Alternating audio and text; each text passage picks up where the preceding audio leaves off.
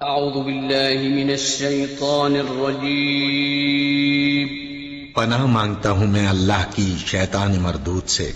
بسم اللہ الرحمن الرحیم شروع اللہ کا نام لے کر جو بڑا مہربان نہایت رحم والا ہے۔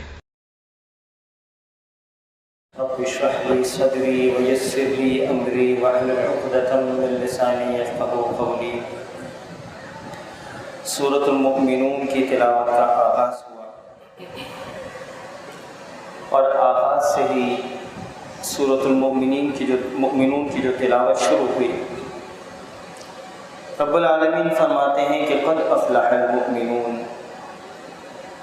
فلاح پائی ایمان والوں نے، وہ لوگ کامیاب ہو گئے جو ایمان لے کر آ گئے۔ ایمان والوں کی کامیابی ہے۔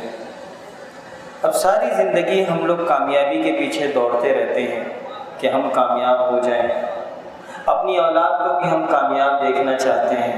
یہ ساری زندگی کا معاملہ ہے، ہر کوئی چاہتا ہے کہ وہ کامیاب ہو جائے، اور اللہ تعالیٰ یہاں پر کامیاب ہونے والوں کی خصوصیات بیان کر رہے ہیں۔ اب آپ یہ دیکھیے کہ آگے جو آنے والی خصوصیات ہیں وہ کتنی محبت بھری ہیں۔ ایمان لانے والوں کو اتنی محبت سے اللہ رب العالمین بیان کر رہے ہیں کہ یقیناً ایمان والوں نے فتح حاصل کر لی۔ قد افلح المؤمنون، یہ کون لوگ ہیں؟ الذین هم فی صلاتهم خاشعون، جب یہ نماز پڑھتے ہیں تو ان کی جو نماز ہوتی ہے وہ خشوع سے بھری ہوئی ہوتی ہے، یہ نماز میں خشوع پیدا کرتے ہیں۔ والذین هم عن اللغو معرضون، اور جب کہیں کسی ایسی جگہ سے گزر ہو رہا ہوتا ہے جو لغو کام ہوتا ہے تو یہ ایمان والے اس لغو کام سے دور ہٹ جاتے ہیں، اعراض کرتے ہیں۔ والذین هم للزکاة فاعلون، اور یہ فلاح پانے والے لوگ وہ ہیں کہ جو زکوٰۃ کے اوپر کاربند رہتے ہیں، زکوٰۃ ادا کرنے والے ہیں۔ والذین هم لفروجهم حافظون، اور وہ لوگ فلاح پانے والے ہیں کہ جو اپنی شرمگاہوں کی حفاظت کرتے ہیں۔ الا علی ازواجہم او ما ملکت ایمانہم فانہم غیر ملومین، اپنی بیویوں اور اپنی ملکیت کی لونڈیوں کے علاوہ یقیناً یہ ملامتیوں میں سے نہیں ہیں۔ فمن ابتغى وراء ذلك فاولئک هم العادون، جو اس کی سوا کچھ اور چاہیں وہی حد سے تجاوز کرنے والے ہیں، یعنی اپنی بیوی کے علاوہ اگر کوئی اور چیز چاہے گا تو وہ حد سے تجاوز کرنے والا ہے۔ والذین هم لاماناتهم وعهدهم راعون، کہ یہ فلاح وہ لوگ پائیں گے، کامیاب وہ لوگ ہو جائیں گے کہ جو اپنی امانتوں کی اور اپنے عہد کی، اپنے کمٹمنٹس کی، اپنے وعدوں کی پاسداری کرتے ہیں۔ اب آپ ذرا دیکھیے تو صحیح، اللہ تعالیٰ بڑے آسان الفاظ میں بیان کر رہے ہیں۔ پھر دوبارہ اللہ کہتے ہیں والذین هم علی صلاتهم یحافظون، اور کامیاب در حقیقت وہ لوگ ہیں کہ جو اپنی نمازوں کی حفاظت کرتے ہیں۔ اس سے پہلے کہا کہ جو اپنی نماز میں خشوع کرتے ہیں، یہاں کہا کہ جو اپنی نماز میں کی حفاظت کرتے ہیں۔ اولئک هم الوارثون، یہی وارث ہیں، یہی وارث ہیں۔ الذین یرثون الفردوس، اور یہ کس کے ہیں؟ یہ فردوس کے، جنت الفردوس کے وارث ہوں گے۔ ہم فیہا خالدون، اور اس کے اندر یہ ہمیشہ ہمیشگی کی زندگی رہیں گے۔ یہ اللہ کی طرف سے یہ محبت بھری وہ نشانیاں ہیں ان لوگوں کے لیے جو کامیاب ہونا چاہتے ہیں، ان لوگوں کے لیے جو ایمان والے ہیں۔ اب ذرا یہاں پہ سوچئے کہ یہ نماز کا خشوع کیا چیز ہے، کہ نماز ایسی پڑھی جائے کہ رب سے ملاقات ہو، رب سے ملاقات ہو، ایسی پڑھی جائے کہ اس سے بات چیت ہو۔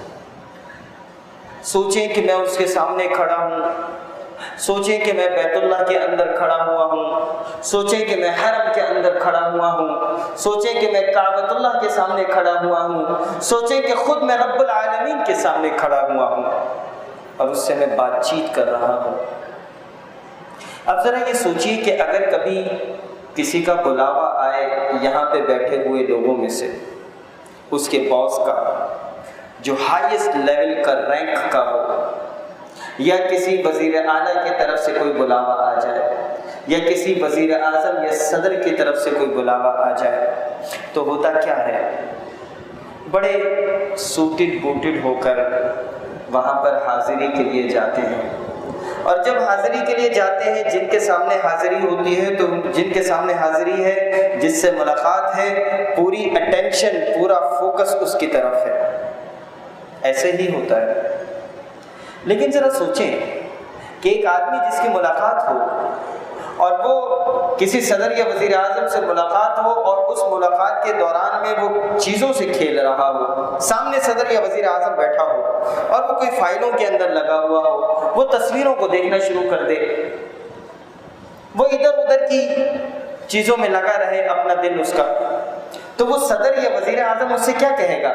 وہ اس سے کچھ نہیں کہے گا، وہ اپنے درباریوں سے کہے گا، اپنے مشیروں سے کہے گا کہ بھائی یہ آدمی پہلی دفعہ تو آ گیا ہے یہاں پر، یہ آ گیا ہے، اس نے میرا وقت برباد کیا ہے، یہ دوسری کاموں میں لگا ہوا ہے، آیا مجھ سے ملاقات کرنے کے لیے ہے لیکن یہ دوسری چیزوں میں لگا ہوا ہے، یہ اس دفعہ تو آ گیا ہے، آئندہ اس کی مجھ سے ملاقات نہ ہو، آئندہ یہ یہاں پہ نہیں آئے، یہی ہوگا کہ یہ میرا ٹائم وقت برباد کر رہا ہے۔ لیکن قربان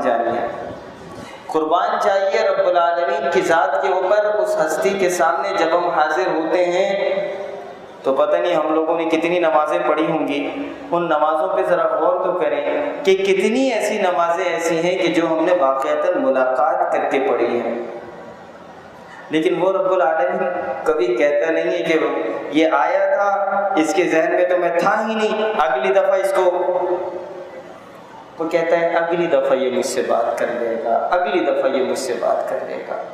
اپنی نمازوں میں خشوع پیدا کریں، ایسا نہ ہو کہ دیکھیں یہ توفیق کی بات ہے، یہ اللہ کی توفیق ہے۔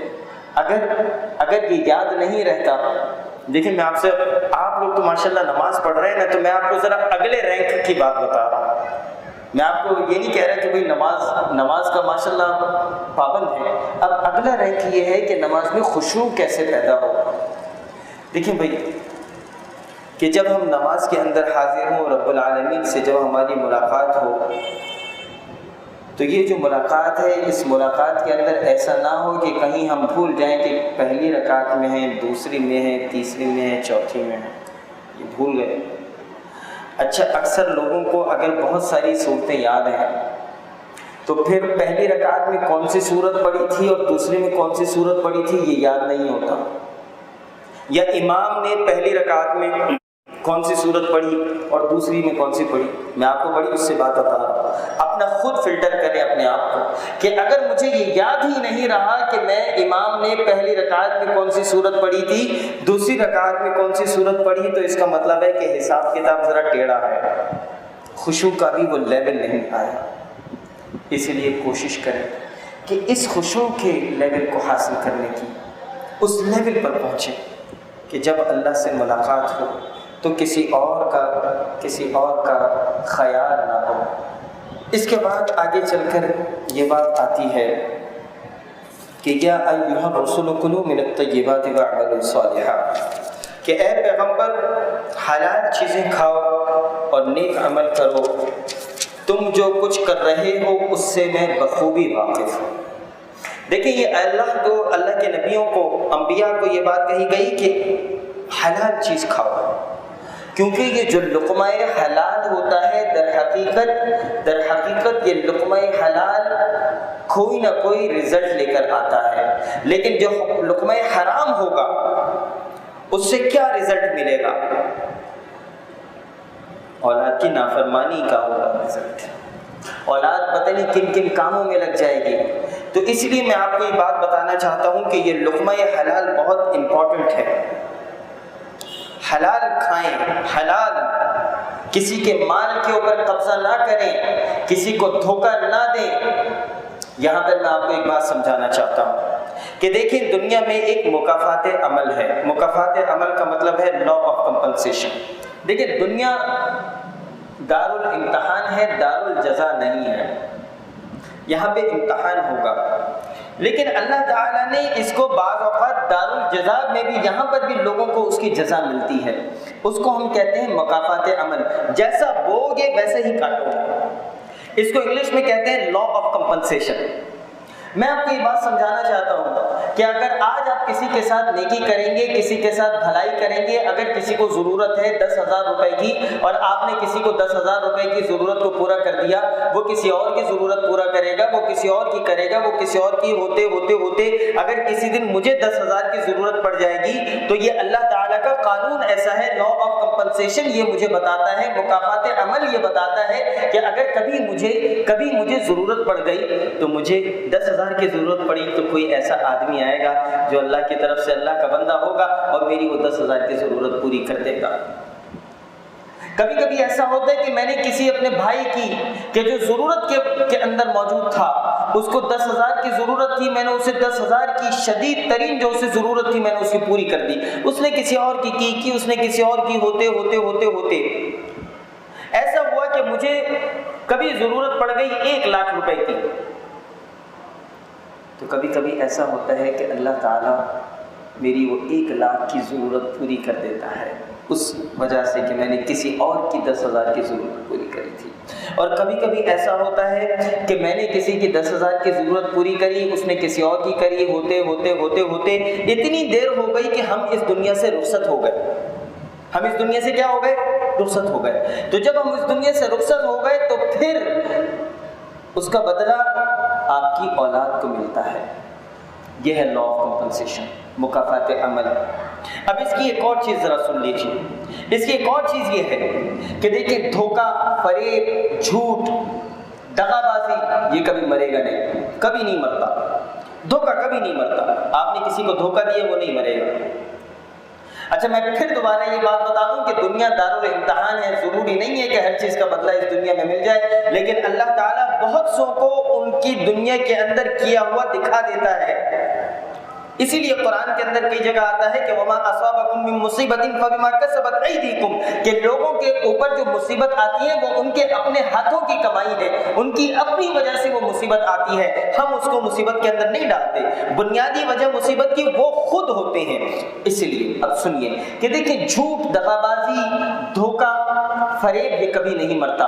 میں نے اگر کسی کو 10,000 کا ٹیکہ لگا دیا جھوٹ سے، وہ کسی اور کو لگائے گا، وہ کسی اور کو لگائے گا، ہوتے کبھی کیا ہوگا کہ میں نے تو 10,000 کا ٹیکہ لگایا تھا، کبھی سال بعد 6 مہینے کے بعد کوئی اور آئے گا اور مجھے بھی 10,000 کا ٹیکہ لگا دے گا، مجھے بھی 10,000 کا دھوکہ پڑ جائے گا۔ کبھی ایسا ہوتا ہے کہ میں نے کسی کو 10,000 کا دھوکہ دیا اور پھر ہوگا کیا؟ وہ کسی اور کو دے گا، وہ کسی اور کو دے گا، ہوتے یہ ہوگا کہ یہاں پر نا اللہ تعالیٰ ضرب لگا دیتا ہے۔ ضرب سمجھ رہے ہیں؟ ملٹیپلیکیشن فیکٹر جو ضرب ہوتا ہے۔ میں نے دھوکہ تو 10,000 کا دیا تھا، مجھے کسی اور نے آ کے ٹیکہ کتنے کا لگا دیا؟ اگر اس کو ضرب دے دیں ملٹیپلائی بائی 10 کتنا ہو جائے گا؟ 1,00,000 کا کوئی مجھے ٹیکہ لگا دے گا۔ کبھی کبھی اس کے ساتھ ملٹیپلائی بائی 100 لگ جاتا ہے۔ میں نے لگایا تو 10,000 کا ٹیکہ تھا، لیکن اللہ نے اس کے ساتھ ضرب لگا دیا 100 کو، مجھے کتنا بھگتنا پڑے گا؟ 10 لاکھ۔ ذرا سوچئے کہ یہ فریب اور دھوکہ کبھی مرتا نہیں ہے۔ اور کیسے ہوتا ہے کہ ہم کسی کو ٹیکہ لگاتے ہیں اور پھر جب گھر بنا رہے ہوتے ہیں تو ٹھیکیدار آ کے ہمیں بڑا لمبا ٹیکہ لگا کے چلا جاتا ہے، ہوتا ہی نہیں ہوتا۔ میں آپ کو اسی ٹرم کے اندر بات کر رہا ہوں کہ جو ٹرم ہمارے یہاں استعمال ہوتی ہے۔ اور کبھی کبھی ایسا ہوتا ہے کہ آپ کسی کو دھوکہ دیتے ہیں 10,000 کا، اور وہ آنے میں، ریٹرن ہونے میں اتنی دیر ہو جاتی ہے کہ ہم اس دنیا سے رخصت ہو جاتے ہیں۔ اور پھر وہ کس کو بھگتنا پڑتا ہے؟ کس کو بھگتنا پڑے گا بھائیوں؟ اولاد کو بھگتنا پڑے گا۔ تو کبھی کسی کو دھوکہ نہ دیں، کبھی کسی کے ساتھ فریب نہ کریں، مس کمٹمنٹ نہ کریں، وعدہ خلافی نہ کریں، امانت کی پاسداری کریں۔ اس لیے فلاح پانے والوں کے لیے، ایمان والوں کی یہ بنیادی کریکٹرسٹک ہے، خصوصیت ہے کہ وہ امانت دار ہوتے ہیں، وہ یتیم کا مال نہیں کھاتے، وہ قبضہ نہیں کرتے، وہ وعدہ خلافی نہیں کرتے۔ اس کے بعد آگے چل کر یہ بات آئی، یہ اللہ رب العالمین فرما رہے ہیں، کہتے ہیں کہ پوچھو اے نبی صلی اللہ علیہ وسلم، ذرا ان سے پوچھئے تو صحیح کہ زمین اور اس کی کل چیزیں کس کی ہیں؟ قل لمن الارض ومن فیہا، یہ ساری زمین اور اس کے اندر جو کچھ ہے وہ کس کا ہے؟ ان کنتم تعلمون، کیا تم جانتے ہو؟ تو سیقولون للہ، وہ فوراً جواب دیں گے کہ یہ اللہ کا ہے۔ تو قل افلا تذکرون، تو کہہ دیجئے اے نبی صلی اللہ علیہ وسلم، تو پھر یہ نصیحت کیوں نہیں پکڑتے؟ اے نبی صلی اللہ علیہ وسلم ان سے پوچھئے، ان سے دریافت کیجئے کہ یہ جو 7 آسمانوں کا اور بہت عظمت عرش کا جو رب ہے وہ کون ہے؟ کون ہے ان 7 آسمانوں کا رب؟ تو پھر وہ لوگ جواب دیتے ہیں کہ اللہ ہی ہے، اللہ ہی ہے۔ سیقولون للہ قل فلا تتقون، تو نبی صلی اللہ علیہ وسلم سے کہیے تو یہ کیوں نہیں ڈرتے، کیوں خوف کے اندر نہیں آتے؟ پھر اللہ کے نبی صلی اللہ علیہ وسلم سے پھر اللہ کہتے ہیں کہ اے نبی صلی اللہ علیہ وسلم ان سے پوچھئے کہ تمام چیزوں کا اختیار کس کے ہاتھ میں ہے؟ قل من بیدہ ملکوت کل شیء وہو یجیر ولا یجار علیہ ان کنتم تعلمون، کس کے ہاتھوں کے اندر اختیار ہے؟ جو پناہ دیتا ہے اور جس کے مقابلے کے اندر کوئی پناہ نہیں دی جاتی۔ اگر تم چاہتے ہو، جانتے ہو تو بتلاؤ تو صحیح، بتاؤ تو صحیح کہ کون تمہیں پناہ دیتا ہے۔ تو یہ فوراً پکار اٹھیں گے اللہ۔ تو پھر اللہ کہتا ہے کہ ان سے پوچھو تو صحیح، تو آخر یہ جادو وغیرہ کیوں کرتے چلے جاتے ہیں؟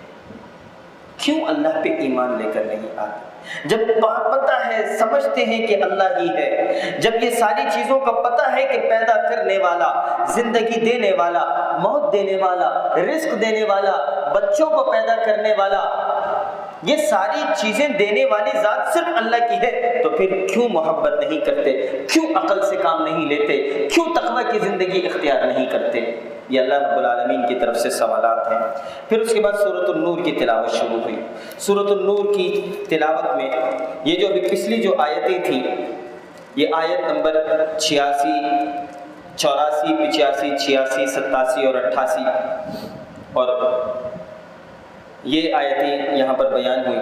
سورۃ النور کی تلاوت کا آغاز ہوا، اور سورۃ النور کے اندر دیکھیں، یہ سورۃ النور کیا زبردست سورت ہے۔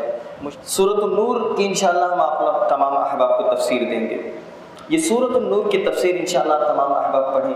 یہ اللہ رب العالمین یہاں پہ بیان کس طریقے سے کرتا ہے کہ الزانیۃ والزانی فاجلدوا کل واحد منہما 100 جلدۃ ولا تأخذکم بہما رأفۃ فی دین اللہ، کہ زناکار مرد اور عورت، یہ جو بات ہو رہی ہے یہ غیر شادی شدہ زناکار مرد اور عورت کی، کہ زناکار مرد اور عورت میں سے ہر ایک کو 100 کوڑے لگاؤ، 100 کوڑے لگاؤ۔ وَلَا تَأْخُذْكُمْ بِهِمَا رَأْفَةٌ فِي دِينِ اللَّهِ، اور جب تم یہ اللہ کی شریعت، یہ حد تم نافذ کر رہے ہوگے، جب تم 100 کوڑے لگا رہے ہوگے، تو اللہ کیا فرماتے ہیں کہ اس کام میں، اس حد کو نافذ کرتے ہوئے تمہارے دل میں ذرا بھی ترس نہ آئے۔ وَلَا تَأْخُذْكُمْ بِهِمَا رَأْفَةٌ فِي دِينِ اللَّهِ، کہ اللہ کے دین کو، فی دین اللہ، اللہ کے دین کو نافذ کرتے ہوئے تمہیں ذرا بھی ترس نہ آئے۔ یہاں جو میں نقطہ آپ کو بتانا چاہتا ہوں وہ یہ ہے کہ اللہ تعالیٰ نے اس 100 کوڑے مارنے کو کیا بولا ہے؟ یہ کیا ہے؟ اللہ نے اس 100 کوڑے مارنے کو، اس حد نافذ کرنے کو اللہ نے کہا ہے کہ یہ میرا دین ہے، دین۔ آپ میرا پوائنٹ سمجھ رہے ہیں؟ یعنی کہ شریعت ہے، یہ دین ہے۔ اس لیے کہتے ہیں کہ اے ایمان والوں ادخلوا فی السلم کافہ، اسلام میں پورے کے پورے داخل ہو جاؤ۔ یہ جو دین ہے نا، یہ صرف نماز روزہ زکوٰۃ اور حج کا نہیں ہے۔ یہ دین، یہ نماز روزہ زکوٰۃ اور حج یہ عبادات ہیں، یہ پلرز ہیں، اور اس کے اوپر جو دین کی جو عمارت ہے وہ کیا ہے؟ یہ دیکھیں، یہ سامنے ہمارے ایک کیمرہ رکھا ہوا ہے، اس کیمرے کے 3 پلرز ہیں، اس کیمرے کے 3 پلرز ہیں، سامنے نظر آ رہا ہوگا اسٹینڈ جو ہے، اس اسٹینڈ کے اوپر کیمرہ ہے، یہ ٹیبل ہے، اس ٹیبل کے 4 ستون ہیں، میں جس کرسی کے اوپر بیٹھا ہوا ہوں اس کرسی کے 4 ستون ہیں۔ اسی طریقے سے یہ نماز روزہ زکوٰۃ اور حج یہ دین کے ستون ہیں، یہ اسلام کے ستون ہیں، اور ان ستونوں کے اوپر اسلام کی عمارت قائم کرنی ہے، اور یہ اسلام کی عمارت ہے جو اللہ نے یہاں پہ بیان کی ہے کہ اسلام کی عمارت شریعت ہے، قانون ہے، عدالت ہے، سیاست ہے، حکومت ہے، تجارت ہے، اسلامی تعلیم ہے۔ یہ ہے اسلام۔ اسلام کو صرف نماز روزے زکوٰۃ حج کے اندر بند نہ کرو، یہ تو بنیادی عبادات ہیں۔ اس کے آگے چل کر بہت ہی خوبصورت یہ بات آتی ہے۔ دیکھیں، یہ سورۃ النور جو تھی حضرت عائشہ رضی اللہ تعالیٰ عنہ کے حوالے سے، کہ اللہ کے نبی صلی اللہ علیہ وسلم ایک غزوے سے واپس آ رہے تھے، اور واپسی میں ہوا کیا کہ جب حضرت عائشہ رضی اللہ تعالیٰ عنہ جس اونٹ پر سوار تھیں اس سے اونٹ سے اتری، اور پھر اس کے بعد ان کو قضاء حاجت تھی، وہ اس قافلے سے تھوڑا سا دور جا کے قضاء حاجت کے لیے گئیں۔ تو جب وہ واپس آئیں تو قافلہ جا چکا تھا،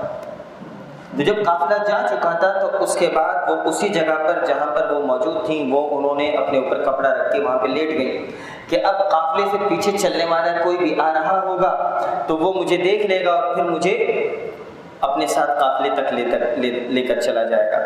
تو پیچھے ایک صحابی آ رہے تھے، حضرت غالباً سفیان ان کا نام تھا۔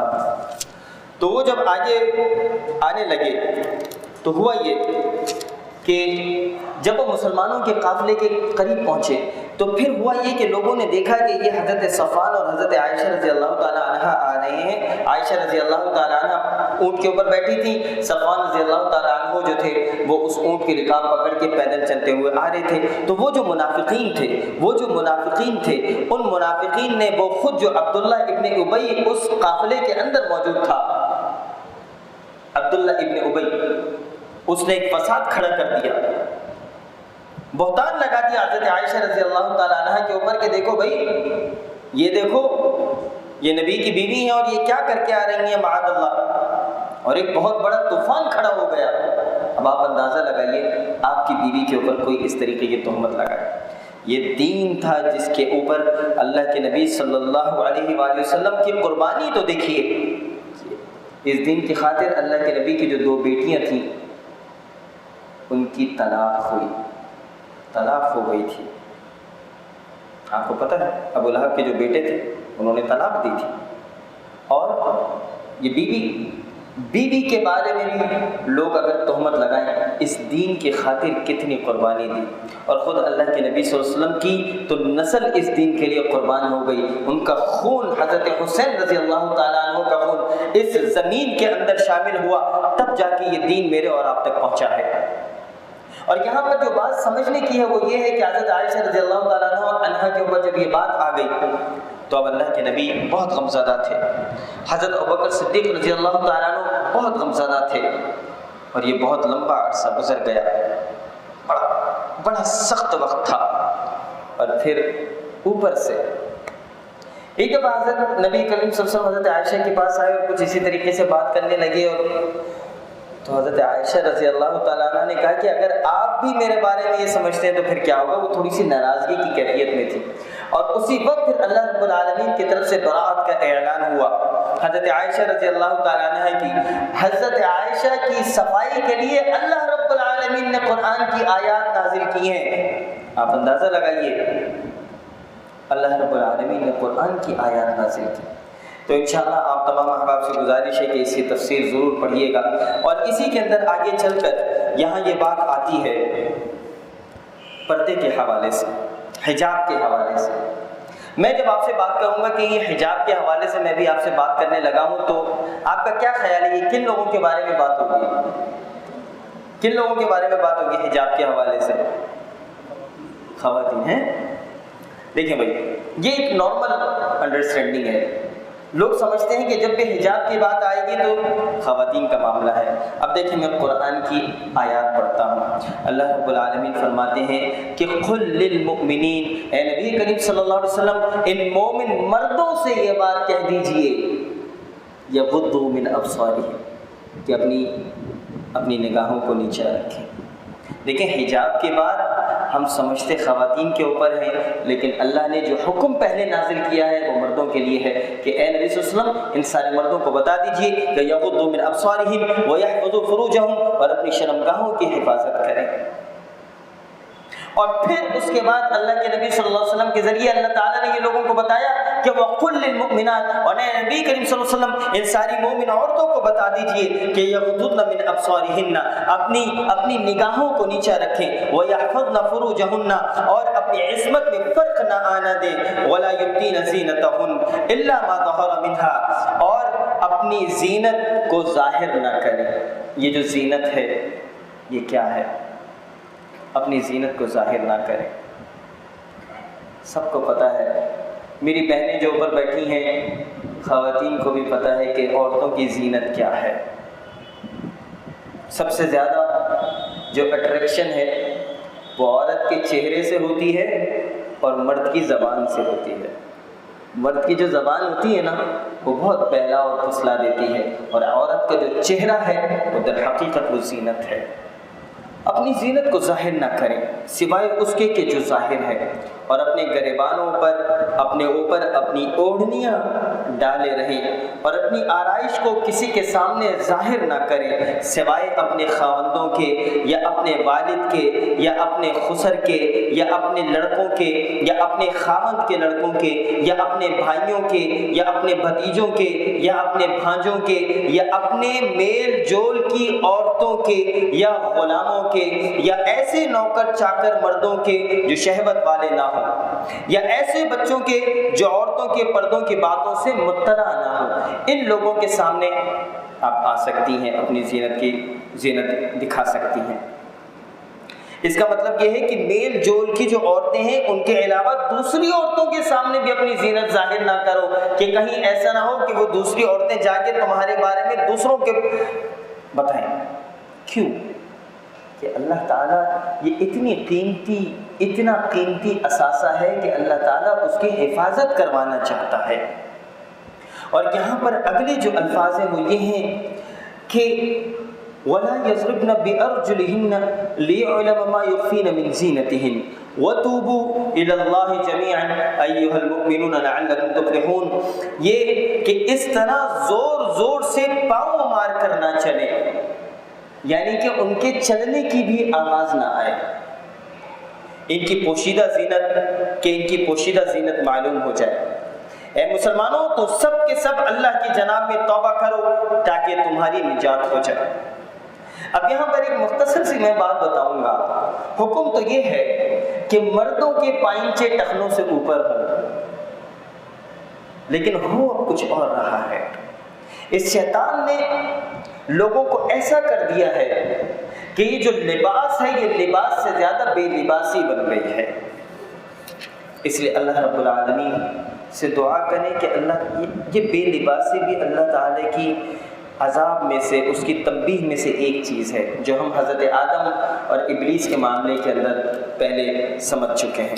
اس کے بعد سورۃ الفرقان کی تلاوت کا آغاز ہوا، اور سورۃ الفرقان کی تلاوت کے اندر پھر یہاں پر یہ بات آئی کہ یہ مشرکین یہ بات کہتے ہیں کہ یہ جو نبی ہیں یہ تو بازاروں میں جاتے ہیں، یہ ہماری طرح کھاتے پیتے ہیں، یہ کوئی ایسا نبی اور رسول کیوں نہیں آئے کہ جو کوئی سردار ہوتے جن کے پاس مال و دولت ہوتی اور وہ نبی بنائے جاتے. ایسا کیوں نہیں ہوا؟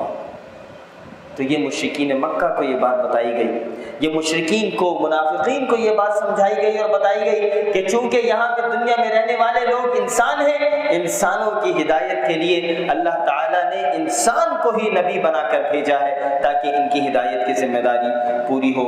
اقول قولی ھذا استغفر اللہ لی ولکم ولسائر المسلمین والحمد للہ رب العالمین، جزاکم اللہ خیرا۔ کل انشاءاللہ 19ویں پارے کی تلاوت ہے اور اس میں کچھ اہم موضوعات میں سے ایک موضوع قرآن کے حوالے سے ہے، پھر دوبارہ جو رحمان کے جو بندے ہیں، جو فلاح پانے والے لوگ ہیں، جو کامیاب ہوں گے، ان کے حوالے سے بیان ہوگا۔ تو تمام احباب سے انشاءاللہ گزارش ہے کہ وہ دیگر احباب کو بھی دعوت دیں انشاءاللہ۔ جزاکم اللہ خیر۔